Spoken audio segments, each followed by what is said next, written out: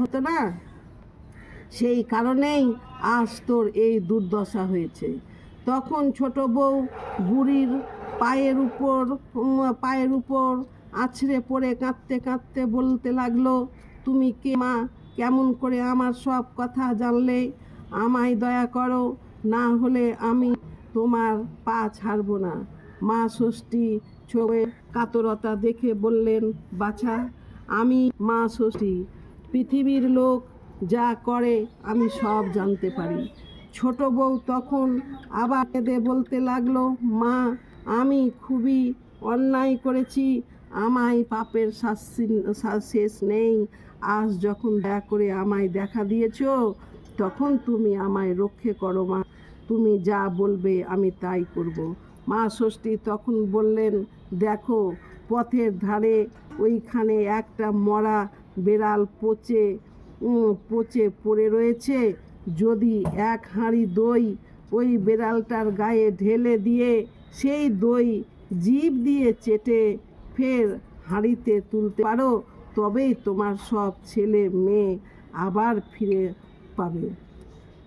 এই কথা শুনে ছোট বউ একটুও দেরি করলো না, এক হাঁড়ি দই এনে সেই পচা বেড়ালটার গায়ে ঢেলে দিয়ে এবং পরে জিভ দিয়ে চেটে সমস্ত দই আবার হাঁড়িতে তুলে নিয়ে মা ষষ্ঠীকে দেখালো। মা ষষ্ঠীও ছোট বউয়ের ছেলে মেয়েদের নিয়ে আগে থেকে দাঁড়িয়েছিলেন। তিনি ছেলে মেয়েদের ছোট বউকে দিয়ে বললেন, এই নাও তোমার ছেলে মেয়ে, এই অমৃত দই দিয়ে সকলের কপালে ফোঁটা দাও আর এদের নিয়ে আনন্দে সুখে ঘরকন্যা করো। আর কখনো পুজোর জিনিস লুকিয়ে খেয়ে আমার বাহনের নামে দোষ দিও না। ছেলে মেয়েদের দূর হ, মরে যা, কখনো বলো না। অন্য কাউকে যদি বলতে শোনো তো তখন মা ষষ্ঠীর দাস ও ষাট বলবে। এই সব কথা বলে মা অরণ্য ষষ্ঠী অদৃশ্য হয়ে গেলেন।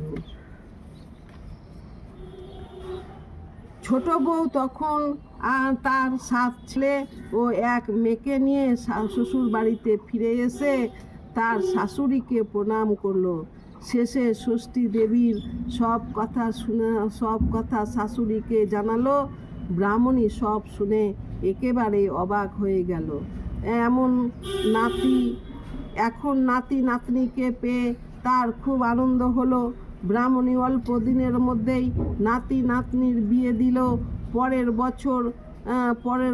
বছর জ্যৈষ্ঠ মাসে শুক্লপক্ষের ষষ্ঠী তিথিতে খুব জাঁকজমক করে ছোট বউ অরণ্য ষষ্ঠীর ব্রত পালন করলো এবং মেয়ে জামাইকে আনিয়ে জামাইয়ের কপালে দইয়ের ফোঁটা দিল। সেই থেকে মা অরণ্য ষষ্ঠীর মাহাত্ম্যের কথা চারিদিকে ছড়িয়ে পড়ল। এই ব্রতকে জামাই ষষ্ঠী বা ষষ্ঠী বাটা বলা হয়। মা ওই বাচ্চা মেয়ে জামাইকে নিয়ে এসে ষষ্ঠী করেছিল বলে এটা ষষ্ঠীর নাম আবার জামাই ষষ্ঠী হবে। ব্রতের ফল, এই ব্রত ছেলে মেয়েদের মায়েরাই পালন করলেই তাদের ছেলে মেয়েদের প্রভূত কল্যাণ হয়ে থাকে।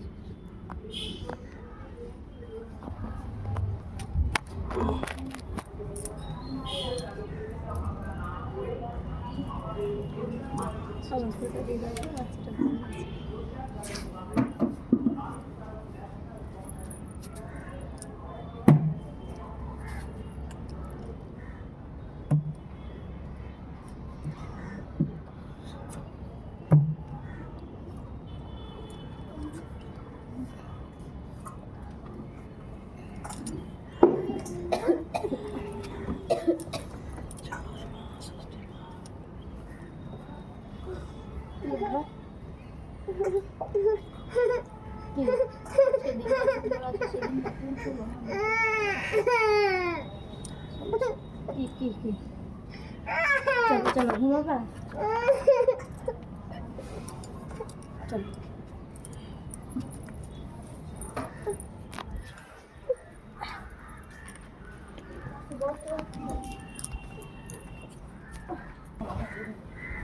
ভর করে